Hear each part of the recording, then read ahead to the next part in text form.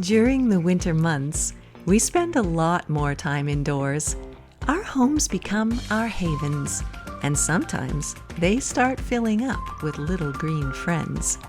And it's really quite marvelous, isn't it? The way they start to frame the snowy view we see outside our window. In fact, it's the perfect time of year to say, hooray for houseplants.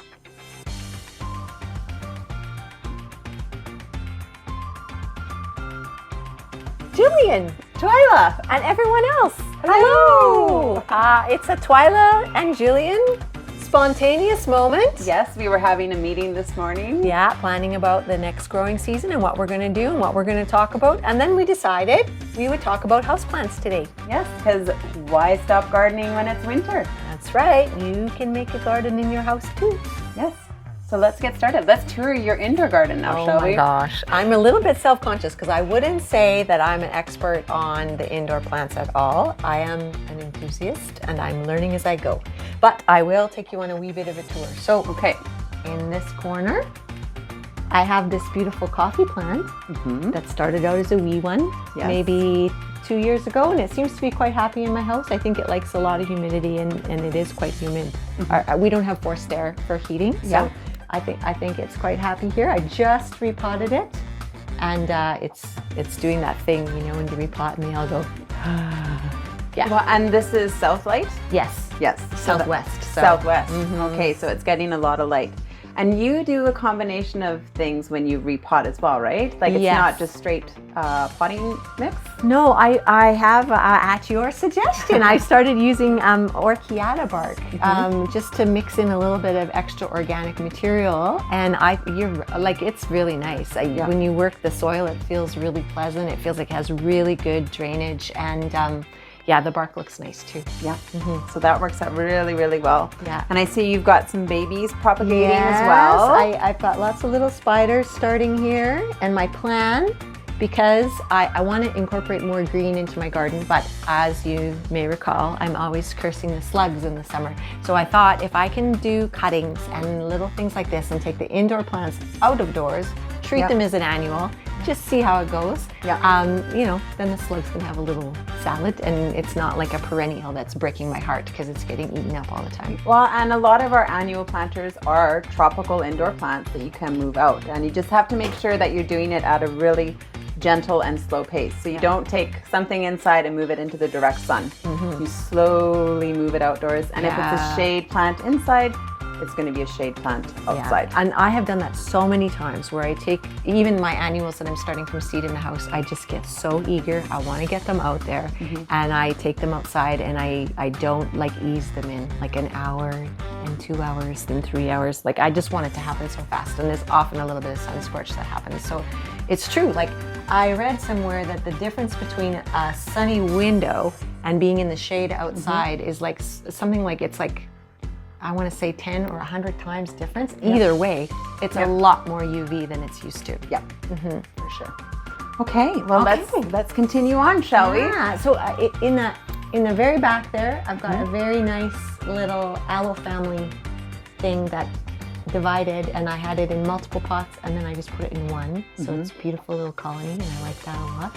Don't you love the different shapes of aloes? I often get aloes and Hawathias mixed up. Yeah. They're very similar in shape and in care. Yeah. But aloes, there's always the traditional medicinal aloe. Yeah. But then there's all these really beautiful, beautiful little nesting aloes to collect too. Yeah, that's fun. And I would never know the difference between the two, so there you go. It's just a name. And then I thought this was a corn plant, and I just learned today it's a yucca. Yes. So sunny, so you've got it right in the window. That's absolutely perfect. Yeah. They do love the sunshine. Yeah. Yeah, I've never seen one quite so brackety before, so that's very cool. I usually just see them in pruning three stalks. And it branches off, so yay. So great. Yes. Okay. Shall we move along? Yes, let's move along. Tell me more. Oh, I feel like I should tell you about this one. Okay. This is a begonia that my friend Bill gave me. And my friend Bill, he's a marvelous human being, and he's a bit of an enigma because He knows so much about plants. He just knows so much, and he's so quiet about it. And you mention you like something, and all of a sudden it shows up on your doorstep, and it's something he's propagated or done. So this was a gift from Bill, and I love it a lot. I have recently given it a little bit too much water. Yeah. So I'm getting this dry thing, but I think it's gonna rebound. Yeah, well, and you have to be very careful with begonias. Yeah. They can rot out really, really quickly. Yeah. So it's finding that balance, right? Like where you want to water all the way through to the bottom of the pot, but then let it dry out thoroughly. Yeah. Sometimes they're like, oh, leave it 2/3.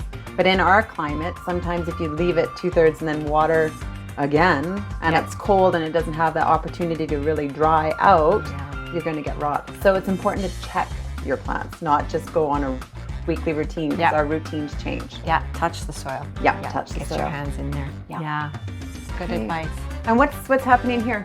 Oh, it's just a baby plant, but I have, with the last time I watered it, I felt the soil, and it's just hard as a rock, and the water is just going whoosh right through, and I don't think it's absorbing. I have to repot that right away, because I think it's just like in survival mode. So Yeah. And now is the time. Our days are Now's starting the to time. get a little bit longer. So now is the time to do that. And you're going to be heading outside sooner than later. Yeah. So get those indoor ones taken care of, right? right. Oh, and then Hoyas. Yes. I have a thing for Hoyas. I do love Hoyas. And Yeah. look at how beautiful this one is. There's I love the splotchy variegation on that leaf. Yeah. This one hasn't bloomed yet, but it's had a big growth spurt in the last year. So I'm hoping for big things. Maybe we'll see a bloom this year. Yeah.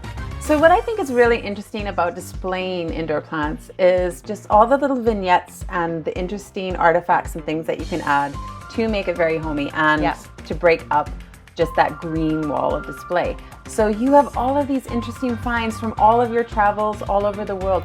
What are these little creatures? They're so beautiful. Okay. Yeah, so these are hinawari, and they're from Japan, and they are like, they're kind of doll, and there's a festival that happens in the spring, and you'll see those little dolls everywhere, and school children will take them and put them in little boats and float them down streams and stuff. It's been a while since I've researched it, but yeah, it's a thing that happens every year, and that was gifted to me by one of the schools that I taught at, that little set. So kind of a treasure. Beautiful. And then underneath, I was like, is that a butter churn? it's a butter press. Oh, butter press. And it was my grandmother's. Oh, that's cool. So this was used by my family, like, a while ago now, but yeah, in Saskatchewan. That's very cool. Yeah.